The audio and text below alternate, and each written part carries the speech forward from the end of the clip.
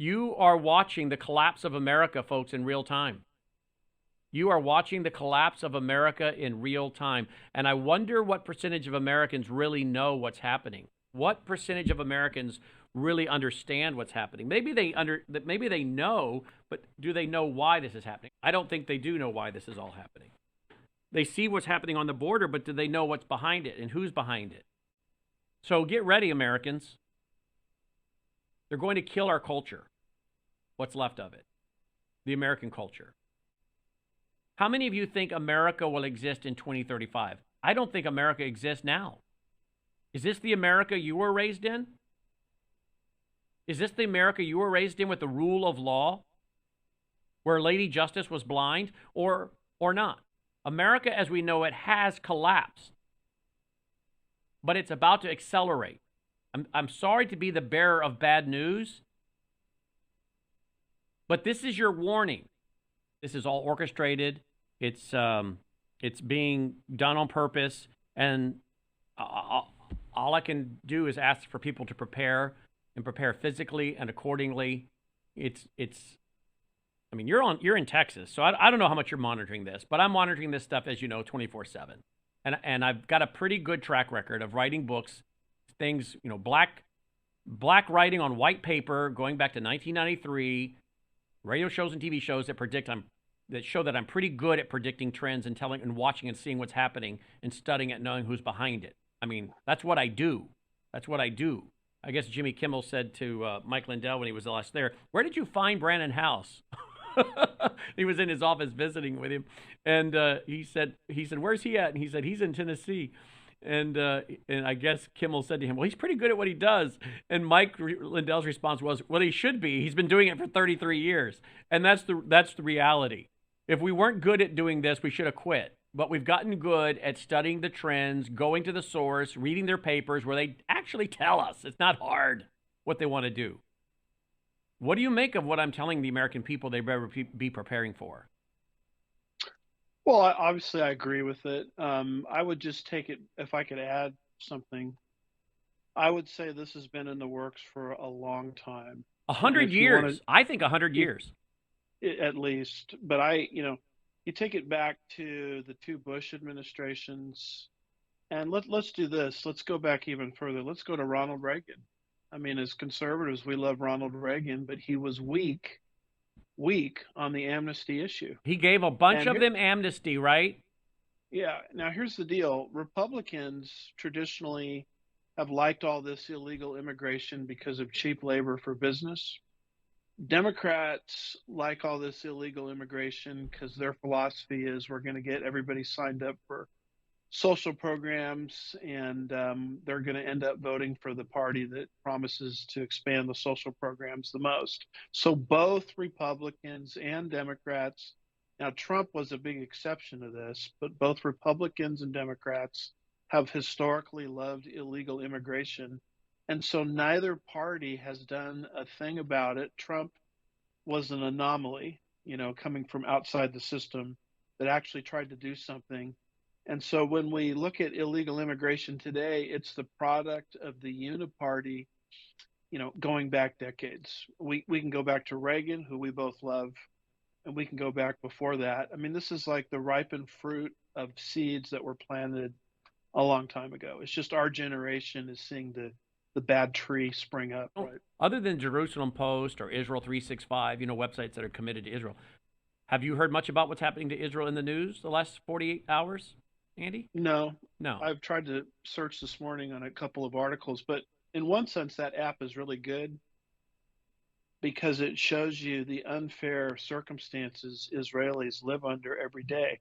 I mean, what if bombs were coming into our country and all the international community told us to do was divide Washington D.C., give away California and New York to the bomb throwers, and then otherwise keep your mouth shut? I mean, obviously, our country, I hope, would not tolerate that. And yet, that's what tiny Israel is told to do, you know, every single incident where one of these things happens. What I know you and I both are not fans of the Abraham Accords.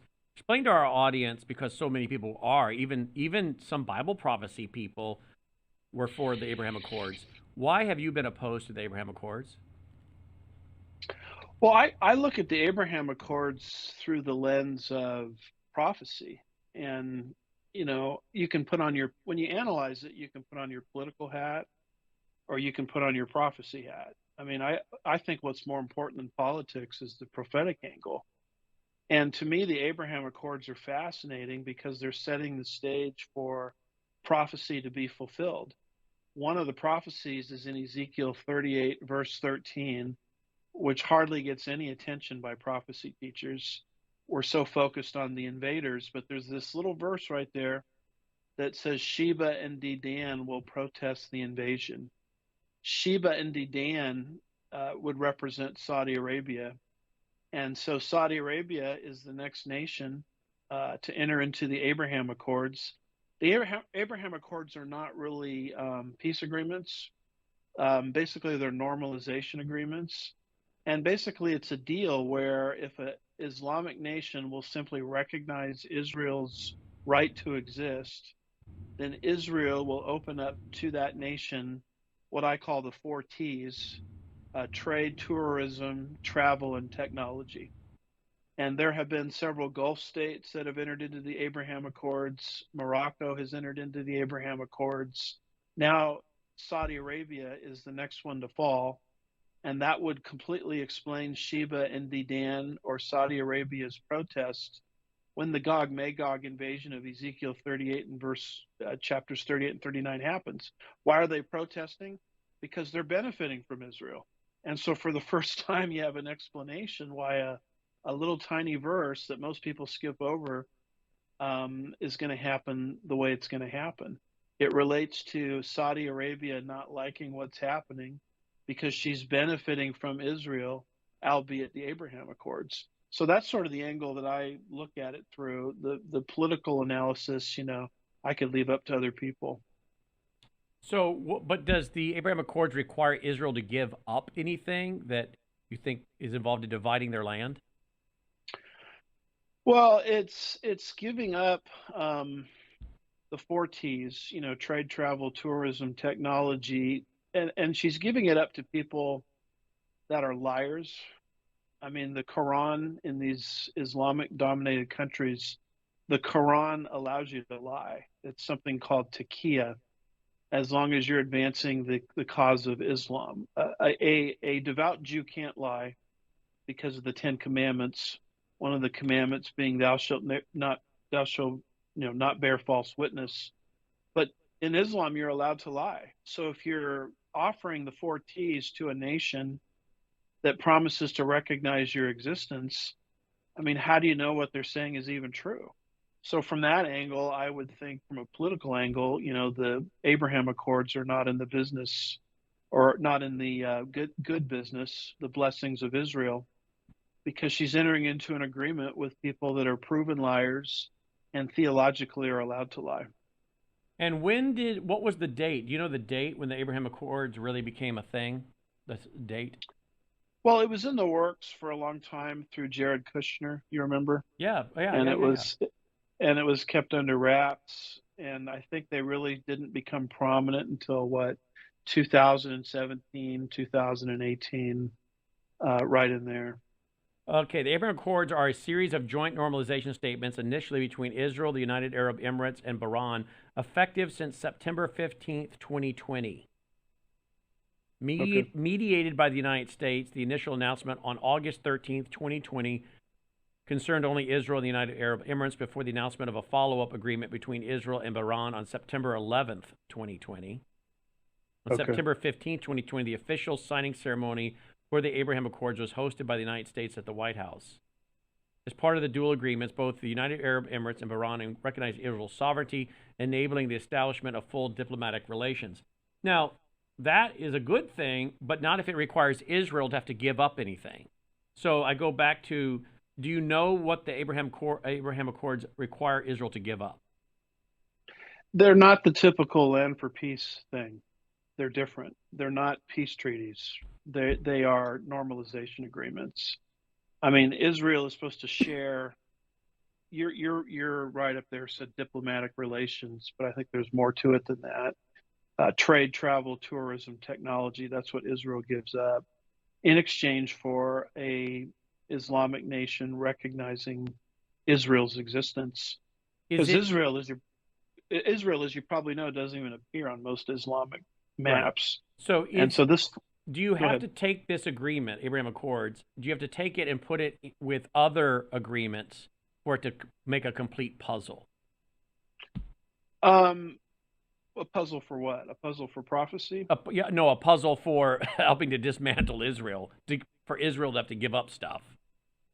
I mean, my understanding is it's different than the land for peace treaties that Okay. she had with Egypt and Jordan. It's a So is there different any, I guess what animal. I'm getting at, is there any reason to believe that the signing of this agreement in September of 2020 would do anything to invoke the anger or wrath of God?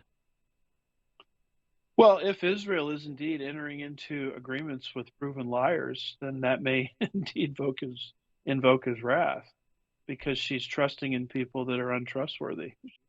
But Donald Trump, on the positive side, uh, allowed Israel to annex the Golan Heights. That's a plus. He moved the embassy from Tel Aviv to Jerusalem. That's a plus. But on the very negative side, he went through with the Jared Kushner Trump peace plan, which basically, as much as people wanted to spin it a certain way, it does divide Jerusalem. It takes the Islamic and at the same time, well, really the Islamic interpretation of the Temple Mount. And so I think Donald Trump, on the positive side, did more for Israel than any other president. But I think he really, and I don't know how much of this was his thinking or Jared Kushner's thinking, but he really went, I think he got on the wrong side of God with the Trump peace plan. And I wonder if this is a part of God's judgment on our country. And as I cited several times this week, Andy, Leviticus, Deuteronomy mention the things God will do to Israel when they disobey him. And I wonder if we're not seeing some of those things in Leviticus and Deuteronomy happen to America. We're not Israel, but how many ways or different ways can God choose to judge a nation? And you see they take a lot of seed out to the field, but bring a little back in, economic distress, losing their houses, invasion by their enemies. I mean, these are the things you see how God judges the nation. Of course, then when he does give them over, those nations start to embrace the worship of nature, the LGBTQ lifestyle. You have massive violence. You have crime. And you have people flaunting and inventing. Literally, Romans 1 speaks about them inventing evil. So I have to wonder if what is happening now hasn't, the final tipping point for God wasn't our response to Israel combined with our continued celebration of inventing ways to be evil against God. I wonder if we are on the backside of the mountain and there is going to be zero solutions to this problem, that the die is cast, America is collapsing, and it will collapse. What say you? Well, I don't see a statute of limitations for Genesis 12, verse 3. God says, I'll curse those who curse you. And when you go over to the book of Joel, chapter 3, verse 2, it says, here's why the tribulation period is coming. And it lists the sin. It says, they, that's the nations, the world community, they, Joel 3, verse 2, anybody can look it up in the Bible and see it, they have divided my land. And so, what is going to bring the tribulation period to the earth is not abortion or homosexuality or evolution in the schools, as serious as those issues are. The proverbial straw that will break the camel's back will be the deliberate division of the land of Israel by the world community. And once that happens, God says enough is enough. That's why it's never gone well for any administration. You mentioned the first Bush, right on into the present. Any administration that gets in the business of dividing Israel's land, it's never gone well for them. And I think that's where we find ourselves today. Yeah. Well, let's go through some of these articles and headlines. Here's the first one. Biden advisors brief Israel's Netanyahu on Saudi talks. Tell me about this, please. Well, there's the normalization right there. In fact, there's a key line in this particular article. It says, achieving a full normalization between Israel and Saudi Arabia is in the national security interest of the U.S.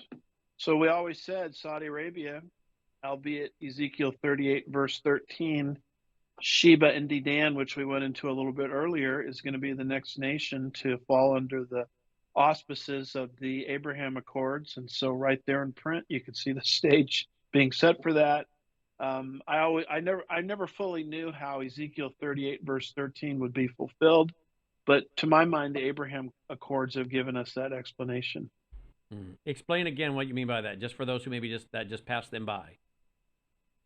Well, if Saudi Arabia enters into a normalization agreement with Israel and is benefiting because of Israel, now you have the explanation why Saudi Arabia or Sheba and Dedan are going to speak up on behalf of Israel when Iran, Turkey, and Russia, albeit Ezekiel 38 and 39, invade the land of Israel. I mean, Mm-hmm. why would Saudi Arabia be the lone dissenter?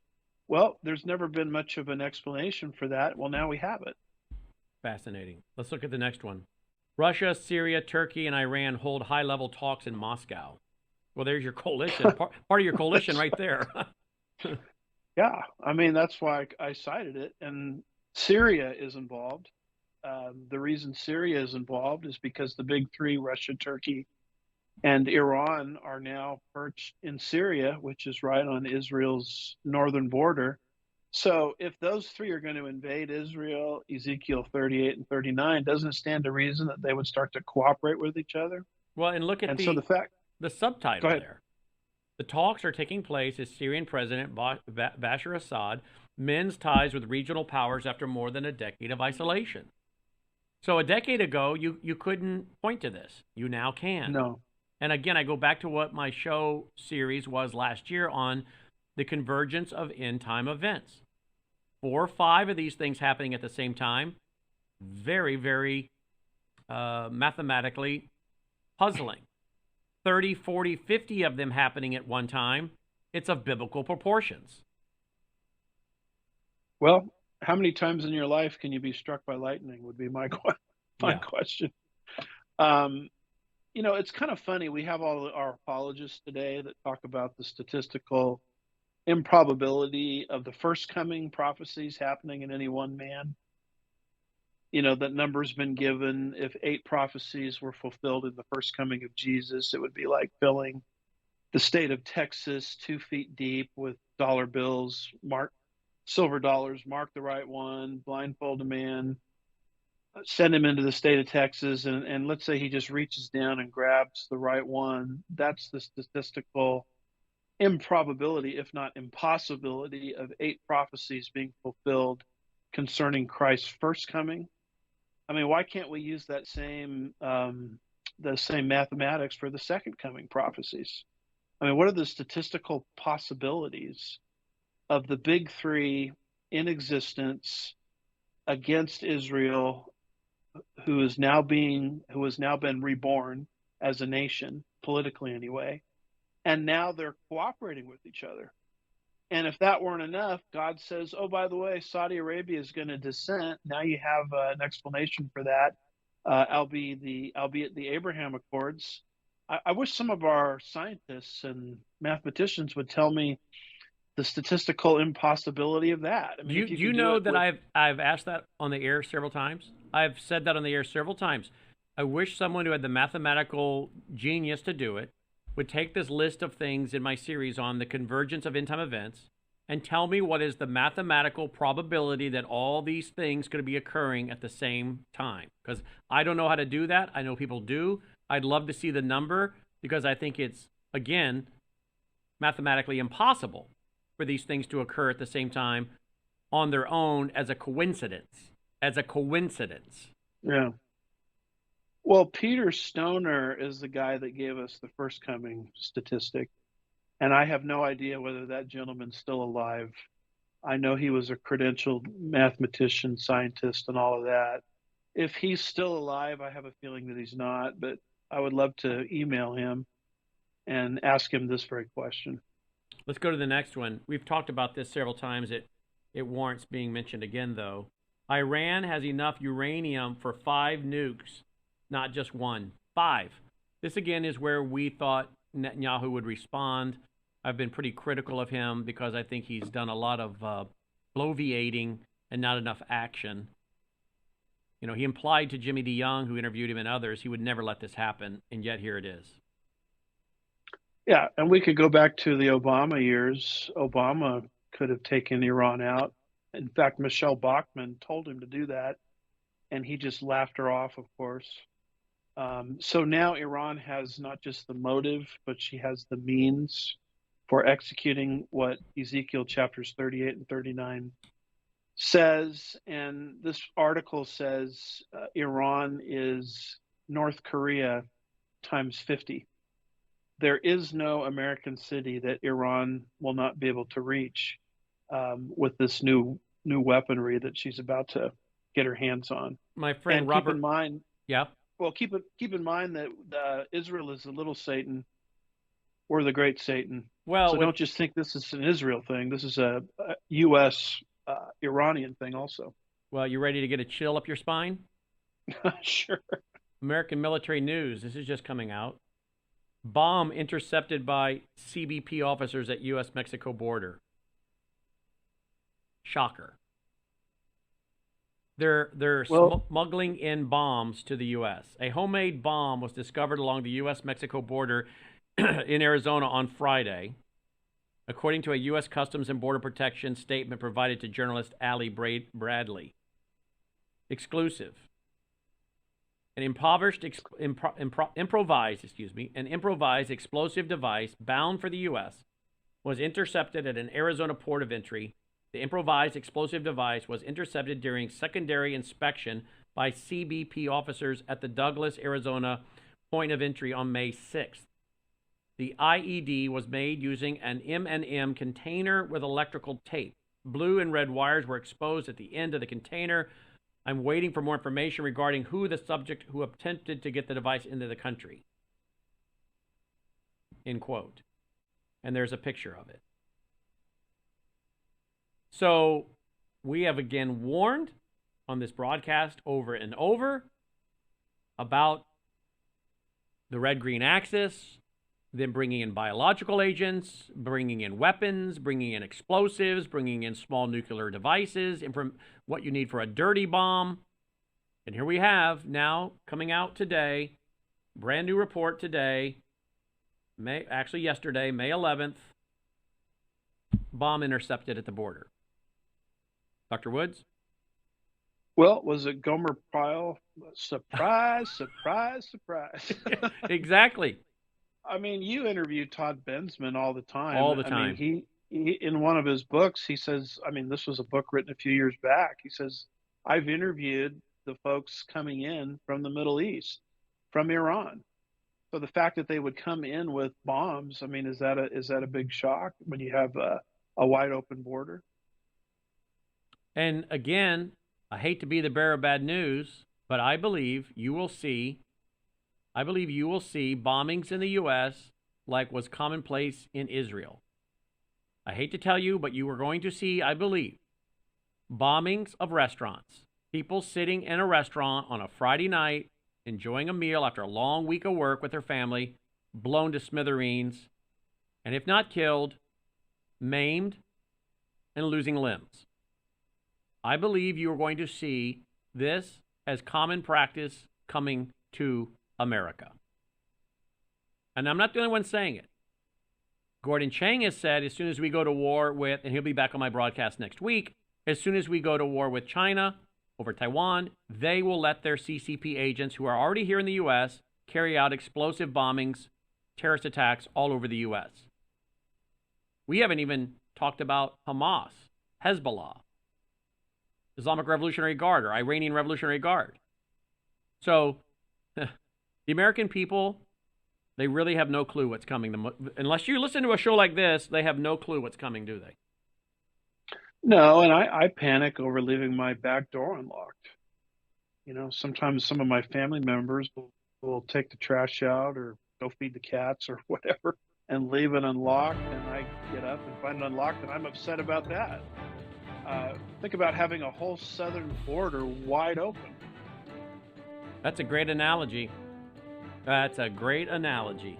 All right, we're not going to take calls because we have too much to go through here with Dr. Andy Woods. His website, andywoodsministries.org, andywoodsministries.org. I'm sorry to just give you bad news after bad news. I'm going to try to leave you with some hope before the program's over. But like Trevor Loudon said, we're not little children. We're not little children. You don't get good news until you've earned it. The American people haven't earned the right for good news. So we're getting what we deserve because of our apathy. Over 7,000 pastors joined team to re-elect President Trump. Did you know that? Over 7,000 pastors have reportedly joined a team to re-elect President Trump. I find that interesting that so many of these pastors now want to get involved. That's so typical, unfortunately. When their ox is finally in the ditch, now they want to get politically involved. Is it really being politically involved? No, it's being biblical shepherds. But I know pastors that were bemoaning Christian activism, and all Christian activism was a waste of time and money diverted from the gospel. And people that were doing it there, they were called rebel-rousing malcontents, and the founding fathers sinned and violated New Testament principles when they founded America. So that's not uncommon.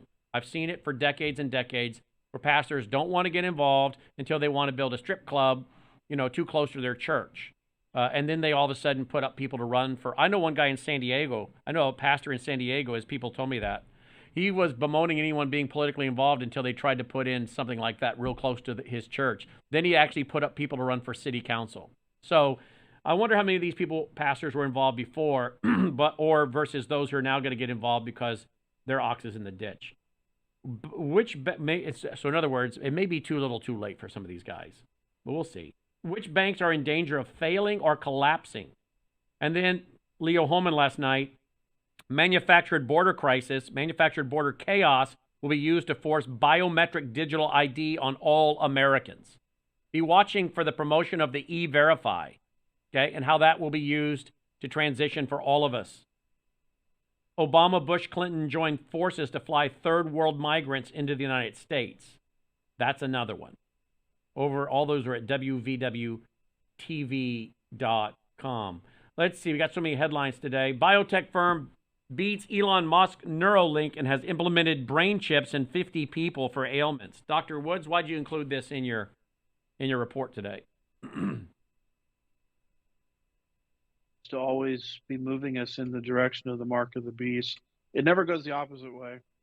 And as time progresses, we just see technologically how the Antichrist being able to keep track of everybody, the way the mark of the beast demands that he will be able to, how the technology is certainly moving always in that direction. Okay, this one blows my mind. Scientists can now read your mind. AI turns people's thoughts into text in real time. Is this, and what shocked me was it said that this was being done without using a brain implant. What? Yeah. How is this being done then? Well, it's just the AI technology and where it's at. And boy, if that's true, if all of this is true, goodbye privacy and hello an Orwellian dictatorship where your thoughts are actually being monitored. Okay, look, it was through MRI machines. Okay, a study put 3 people in MRI machines and got them to listen to stories. For the first time, researchers claim they produced a rolling text of people's thoughts and not just single words or sentences without using a brain implant. Whew. Yeah, technology is evolving to the point where you will not be able to hide. And you could see how a future Antichrist will exploit this for worldwide control. Oh, my. You will not be able to buy or sell, but this brings it to a whole nother level. Where are you supposed? Yeah. Where are you supposed to hide if they can read your thoughts? I mean, there's nowhere to hide. Now, granted, as you get into the article, it talks about how it's developing. It's about 50% accuracy. About 50% accuracy, and it's giving the main points of what they're thinking. But if you got 50% accuracy at this point, it's pretty amazing. I mean, they're just starting out, and they're already at 50% accuracy. Well, you can understand why the founders of AI now are saying shut it down or we're all going to die, or they're quitting their jobs so they can devote themselves full time to preaching concerning the dangers of AI. This is just the, you mentioned the different signs coming together simultaneously. You mentioned Israel, a number of other things. Well, here's another one to keep your eye on: last days technology. The prophecies of the end times presuppose a technological awareness, and I think for the first time our world is moving in that direction. The researchers point out it took 16 hours of training with someone listening to podcasts in an MRI machine for the computer model to understand their brain patterns and interpret what they were thinking. So the AI learned over the course of the 16 hours, so-called learned. People were also able to sabotage the technology using methods like mentally listing animals' names to stop it reading their thoughts. Jerry Tang, lead author of the study from the University of Texas at Austin, said he could not prove a false sense of security that the technology might not have the potential to eavesdrop on people's thoughts in the future, and said it could be misused now. He said, quote, we take very seriously the concerns it could be used for bad purposes. Yeah, well, I bet you do. Dr. Woods? Yeah, yeah. There's a line in there that says the breakthrough raises concerns about mental privacy, as it could be the first step able to eavesdrop on others' thoughts. Eavesdrop on others' thoughts. We talk about big regimes eavesdropping on people's phone conversations. Think about a technology which would enable them to eavesdrop on what they're thinking. As I Indeed. said before, there's no place to hide. All right, give us some good news. Give us some hope before we leave. Well, the good news is Jesus stepped out of eternity into time to absorb the wrath of a holy God in our place. He said, "It is finished." And then he said, "Here's what you have to do to be made right with me. Trust not in your own good works, but in the good work I did with you 2,000 years ago. And if you do that, you're tied into certain promises, not the least of which is before the wrath of God hits planet Earth, Jesus is coming back to rescue his church from the earth via the rapture.